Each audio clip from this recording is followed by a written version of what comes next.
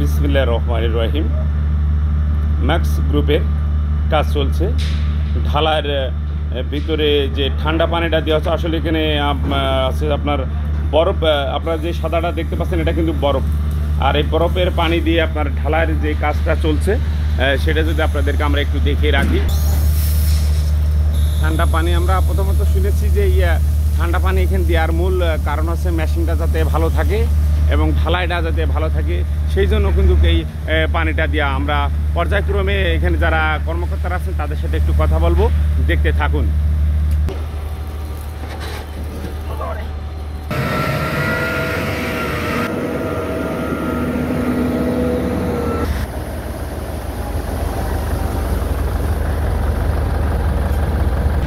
আসসালামু আলাইকুম।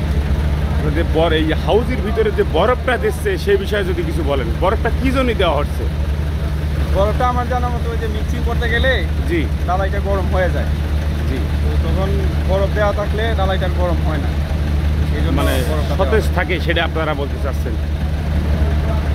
সুপ্রিয় দেশবাসী, আপনাদেরকে দবির আলী পেজ থেকে কোনো না কোনো নিয়মিত আপনার নতুন নতুন আপডেট দিয়ে থাকে। আজকের আপডেটটা কিন্তু ব্যতিক্রম আপডেট, যে ঢালাইয়ের ভিতরে যে আপনার বরফ দেওয়া হয় এটা কিন্তু জানতাম না। আজকে কিন্তু ম্যাক্স গ্রুপে আমরা এখানে এসে কিন্তু সেটা দেখতে পারলাম, আপনাদেরকে দেখানোর চেষ্টা করছি, দেখতে থাকুন।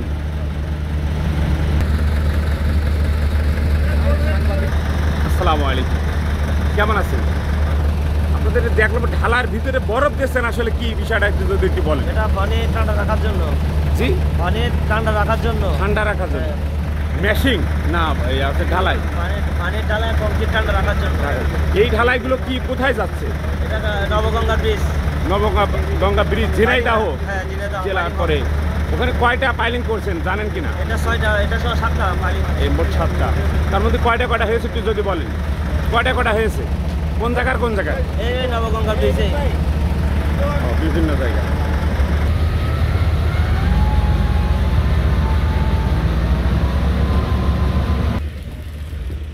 অনেক কষ্ট দুঃখর পথ দিয়ে কিন্তু শ্রমিক ভাইরা কিন্তু তারা কাজ করছে এই রোদের ভিতরে। আলহামদুলিল্লাহ তাদের যেন শরীরটা সুস্থ থাকে, ভালো থাকে এবং সুন্দরভাবে যেন ম্যাক্স গ্রুপের কাজগুলো যেন সুন্দরভাবে পরিচালনা হয়, সেই দোয়াটাই করি। সকলে ভালো থাকবেন, সুস্থ থাকবেন। আল্লাহ হাফেজ।